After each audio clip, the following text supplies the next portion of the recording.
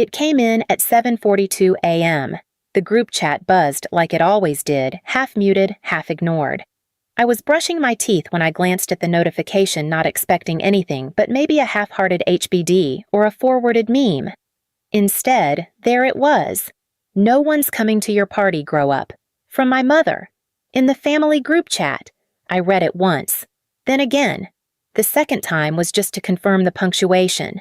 No emojis, no love you, no irony. Just a single deliberate sentence tossed into a digital room full of people I used to try to matter to. I spat the toothpaste rinsed and walked to the living room. The air was still. I sat down, unlocked my phone, and replied with one word. Understood. Then I opened my banking app. The rent payment was already queued $3,000 like clockwork. It wasn't my rent. It was theirs. My parents' monthly lease for a 3-bedroom ranch in Arvada with a leaky roof and a fireplace no one ever lit. I'd been paying it for 4 years. I canceled the auto transfer. My heart didn't race. My fingers didn't shake. It felt like clicking unsubscribe on an old email newsletter you never signed up for but kept receiving anyway. Then I archived the group chat. The silence that followed wasn't angry. It was clean. The kind of clean that comes when something is removed from your life, not added. I sat there for a while watching the blinking cursor on my screen, waiting for the next message that didn't come. No just kidding, no follow-up. Just digital silence. I got up and made coffee. Black, no sugar. The bitterness felt honest. I sat at the table and sipped slowly, watching sunlight creep across the floor, warm and indifferent. I didn't cry. I didn't rage. But something inside me shifted like a lock turning for the first time in years. Something that had been stuck now moved with purpose. I looked at the calendar on the fridge. A red circle marked today, Elena's 28th, in my own handwriting. I took the magnet off and threw it in the trash, then opened my laptop and logged into the car tracker account. The next morning, I drove to Arvada just after sunrise. Their street was still quiet, the kind of quiet that blankets a place before people start pretending everything's fine again. I didn't knock. I didn't even park. I pulled up to the curb, pressed the unlock button on my phone, and watched the sedan's lights blink twice. The same car I'd bought 2 years ago when Dad said his back couldn't handle the bus anymore. It was still clean. Of course it was. Kaya had it detailed monthly on my card. I stepped out, opened the driver's side door, and slid in. There was a gym bag in the back, some old receipts in the console, and a half-used air freshener hanging from the mirror. I didn't touch any of it. I just started the engine and drove off. No one came out to stop me. I didn't feel triumphant. I didn't feel anything, really. Just a calm sort of closure, like finishing a chapter of a book that stopped making sense a long time ago. Back home, I called the credit card company. I told them I wanted to close every card authorized under my name. When they asked for a reason, I said, "No longer safe." That was all. Then I took a long shower, the kind where you stand there without thinking. No music, no timeline. Just water and steam, and the slow peeling away of a version of myself I didn't owe them anymore. By noon, I'd shredded 2 expired cards and packed the car keys in a drawer I didn't open often. The group chat was still silent. No new messages, no missed calls. That night, I pulled out a folder I hadn't opened in months, labeled Kaya Proof. I was 24 when it started. Just got promoted to full-time at the healthcare software company. It wasn't glamorous, but the paycheck cleared every 2 weeks and came with decent benefits. I remember telling them on a Sunday call, feeling proud. They didn't say congratulations. Mom just sighed and said, "That's a blessing, especially now that things are tight over here. It began with 1 rent payment, just this month. Your dad's hours got cut again. Then it was groceries. Your sister needs real food, not ramen. Then the electric bill. Your mom's back acts up when it gets cold." By year 2, I was covering the rent, gas, phone bills, the cat's vet visits, Kaya's car insurance, and anything they described as urgent. They never demanded. They just implied. "You're the stable one now. We gave you everything. It's your turn." Kaya didn't work much. She said she was building a wellness brand. Mostly, she posted filtered yoga poses on Instagram and went on spontaneous weekend trips. I never saw anyone in the photos but her and a rotating cast of boyfriends. One of those boyfriends crashed the old Corolla. That's when I bought the newer car. Registered under my name, monthly payments on my card. She picked the color midnight blue. She took selfies in it constantly. One caption read, "So grateful for those who believe in me. You know who you are." She didn't tag me. Mom would text me after. Wasn't that post sweet? She really does appreciate you even if she's not good with words. I nodded and said I was glad. But it didn't feel like appreciation. It felt like obligation disguised as flattery. Every month I told myself I'd pull back. I'd stop one bill. I'd say no to just one thing. But the moment I hesitated, the guilt came in waves. We're your family, Elena. You think strangers would ever do this for you, and every time I gave in. I told myself I was being kind, that this is what good daughters do. But sitting there now, holding the folder of receipts and bank transfers, I saw it clearly. They never saw any of it as kindness. They treated it like restitution, like I owed them for being born. I flipped the folder shut and placed it next to my laptop. On the screen, a notification popped up. Kaya had posted another story. I tapped it open. She was poolside again. The caption said, "Healing requires space." I drove 5 hours that Thanksgiving morning with a pie in the passenger seat and a bottle of Pinot tucked under my jacket. I hadn't told anyone I was coming. I thought it'd be a good surprise. Maybe a little awkward at first, but warm eventually. Maybe they'd even be happy. I knocked with my elbow holding the pie. The door creaked open and Mom blinked at me like I was the mailman. "Oh," she said. "You came." She called over her shoulder, "Kaya, tell Josh to hide the gifts, your sister's here." I didn't ask what gifts. I already knew they weren't mine. Inside, everything felt too lived in, too settled, like a party I'd wandered into by mistake. Josh emerged from what used to be my room wearing socks I recognized. No one offered to move him. That night, I slept on the couch under a fleece blanket that smelled faintly like old Febreze and disappointment. At dinner, Don raised his glass. "Let's hear it for the woman who pays the bills but can't hold down a boyfriend." Laughter rippled across the table like it was a harmless joke, like I hadn't driven for hours to be there, like my presence was a performance they never asked for but still expected. Kaya snorted fork halfway to her mouth. Even Josh laughed. He didn't even know me. I smiled faintly and drank my wine. Then I got up, cleared the plates, washed the dishes.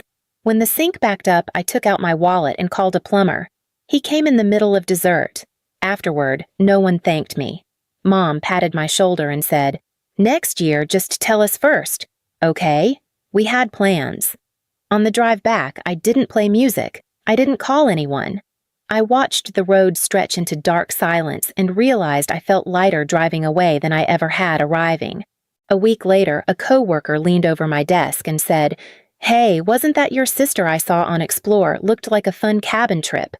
I opened Instagram and there they were. Mom, Don, Kaya, and Josh, all in matching beanies holding mugs by a fireplace. I zoomed in on Kaya's mug. It said, "Best daughter ever." It started with a notification buzz while I was working remotely from my apartment. I figured someone had sent a birthday meme or maybe a forwarded coupon code standard group chat noise. But when I opened the app, the entire thread was lit up. Dad had posted a screenshot of my Amazon birthday wish list. A few pairs of socks, some shampoo, I liked a pack of pens. Nothing fancy, nothing expensive. Just small things I never remembered to buy for myself. "Look at this grown woman asking for socks and lotion," he wrote. "Guess we didn't raise her tough enough." Then came the clown emoji. Then a meme of a girl with a party hat and the caption, "Guess who's turning 12 again?" Kaya reacted with a laughing emoji and followed up with bet. She expects us to gift wrap it too. No one defended me. Not Mom, not my aunt, not the cousin who once cried when I helped her pay for her nursing exams. Just reaction emojis and punchlines like I was the group's entertainment. I didn't respond. I didn't leave the chat. I just started screenshotting. Not because I planned to get even, not because I needed revenge, just because for the first time I needed to see the whole picture without emotion. I wanted to know I wasn't imagining it, that the cruelty was real and not just my own sensitivity echoing back at me. That night, I saved the screenshots into a new folder. labeled it plainly receipts. I didn't know what I'd do with it yet, but I knew I didn't want to forget. The next morning, Kaya posted a story, another poolside photo, a matcha in her hand, captioned, "Surround yourself with people who uplift you." I looked at the pool tiles in the background. It was a hotel I knew. I'd paid for her weekend there last month when she said she needed time to reset her energy. My phone buzzed again. A new message in the group chat. "Mom, power's about to get shut off again. Not sure what we're supposed to do." I didn't answer. I just opened my credit monitoring app and refreshed the screen. The first red flag came from an email. "Your monthly loan balance is now available." I didn't recognize the lender. I hadn't taken out a loan, at least not one I remembered. I clicked the link, logged in with my social, and there it was. $8,400 opened in my name, with Dawn listed as the co-borrower. The application date was from last spring, around the time they said their roof needed repairs. I remembered getting a cryptic message from Mom, then pray for clear skies. "We can't afford another storm." I never thought to ask what she meant. The next day, I pulled my credit report. That's when I saw the Target card.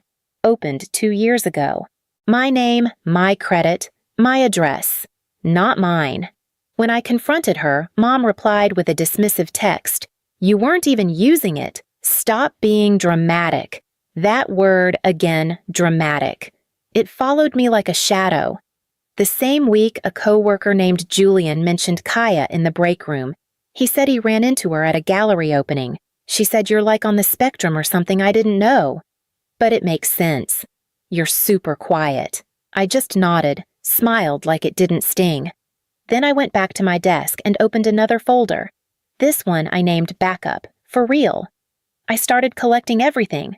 Screenshots, emails, payment records, texts, voice messages, and Instagram captions where Kaya flaunted things I'd paid for.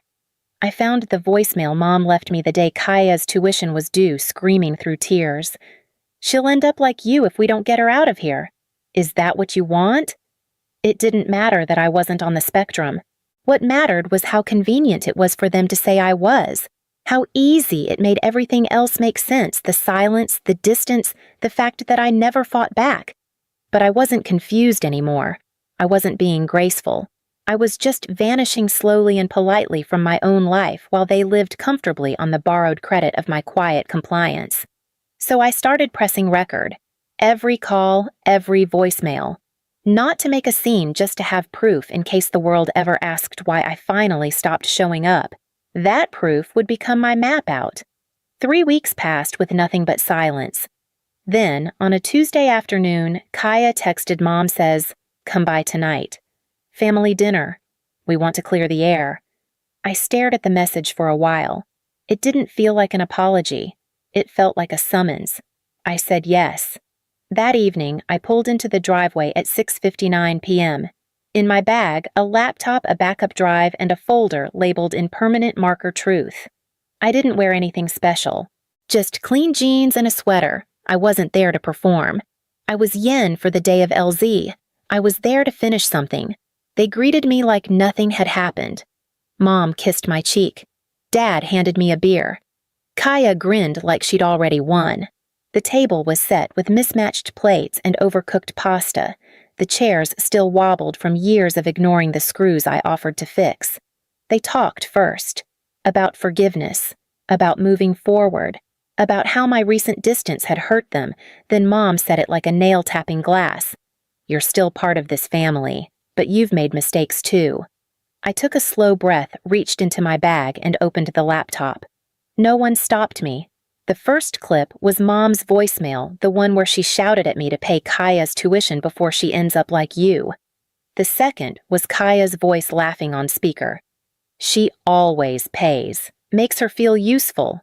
Then the screenshots, rent payments, DMs, bank transfers, group chats. I slid the screen toward them and leaned back. They didn't speak, just stared. Mom blinked fast. Dad reached for his beer but missed. Kaya's jaw clenched, but she didn't say a word. I opened the folder. Inside were printed emails, loan statements, the Target card notice, and at the top, a single page with my credit report circled in red. When I spoke, it was quiet. You don't get to ask for peace when you've only ever offered control. I reached for the USB stick and walked to the living room, their smart TV powered on with a chime. The screen lit up with the loan application Dawn's name as primary, mine as co-signer. I let them stare at it in silence. "You used my social without asking," I said, eyes on my father. "You put me on the hook for your debt." He opened his mouth, but I raised a hand. "It's already reported. They've frozen the account. You'll get the fraud notice next week." Mom's breath caught. Kaya let out a dry laugh. "You're so dramatic. What's next? You going to sue us?" I smiled, then walked back to the door. "No," I said, "but he might." I pulled it open and Jake stepped in. Kaya froze. Her smirk dropped like a switch had flipped. He held a black folder in one hand and didn't look at her. He sat across from her and set it on the table. "You want to tell them," he said, "or should I?" Kaya stood up. "Why are you here?" Jake opened the folder. Inside were printed screenshots of messages, edited timestamps, mismatched fonts. Beneath them, a transcript of voice memos Kaya had spliced to make it sound like he'd screamed at her. The metadata showed the audio file had been created on her laptop, not his phone. At the bottom was a handwritten plan in her looping cursive titled, "How to Emotionally Destabilize Him Before the Breakup." Mom covered her mouth. Dawn didn't move. Jake's voice stayed level. "You told everyone I hurt you. You told Elena I was dangerous. You said I stalked you." Kaya snapped. "You don't get to. You're not the victim Jake cut in. You're the villain. And I'm done pretending." He stood and walked to the door without waiting for a reply. I followed him, then turned back once more. "You wanted me to be the good daughter," I said, the quiet wallet. "But I'm done playing the part." I grabbed my bag and laptop and stepped out into the night. Behind me, I heard the shouting start, Margot calling Kaya's name. Dawn, demanding I come back, something heavy crashing against the wall. I didn't look back. Instead, I drove home in silence and woke the next morning to a blinking cursor and a folder labeled Archive. That night, I stayed up at my desk, staring at the folder I had named Archive. It held everything: screenshots, voice notes, loan documents, bank records, Kaya's captions, Mom's voicemails. Nothing dramatic, just the facts no one had ever asked for. At 1:12 a.m., I uploaded it. The post read, "When family treats you like an ATM with a heartbeat. No begging, no anger. Just a link to the evidence and one closing sentence: I'm not angry. I'm not sad. I'm just done pretending this is what love looks like." By morning it had spread. Not celebrity viral, but enough to catch. Hundreds of shares, dozens of comments, some from strangers, some from people who knew them. I didn't reply. I didn't need to. I'd already said everything. Dad went live from the garage by noon, said I was fragile. She doesn't know what she's doing. Behind him, a pyramid of empty beer cans. He called it forgiveness. I posted a reply. No caption, just a video of him from 3 years ago laughing. "It's fine. I used her social. She owes us." I closed the app and walked to the window. Denver looked quiet from 10 floors up. 3 weeks later, I moved into a condo on the 10th floor downtown Denver. No rent, no roommates. Fully paid through a legal trust, no forwarding address. No name on the buzzer. Just clean floors, high ceilings, and silence I didn't have to earn. No one knew where I lived, not even close friends. I didn't post about it. I didn't text pictures of the view. I didn't owe anyone an explanation. The phone calls stopped. Eventually, even the cryptic posts and guilt-laced emails faded. I didn't block them, I just stopped listening. I built a new website that week. Black and white, minimal. Just a name, understood consulting. Quiet, steady. A space for people like me, those who grew up thinking love was something to buy back month after month. I didn't launch with a big announcement. No press. Just a simple line on the homepage. You don't owe anyone access to your peace. I worked, I slept, I healed. I didn't celebrate my birthday. But I bought a candle and lit it that night. Not for the year ahead, but for the years I survived without lighting anything at all. 3 weeks later, I screwed the plaque into the wall above my desk. Brushed steel clean font. No decoration, just words I now lived by. We don't rebuild what broke you. We build what frees you. Beneath it, a smaller plate. Matte black. Just 6 words. Guess who's not turning 12 again? I stepped back, took a breath, and smiled. Not because they'd seen it, but because they never would. This year there was no cake, no call, no chaos. Just a quiet office, a locked door, and finally a life that belonged only to me.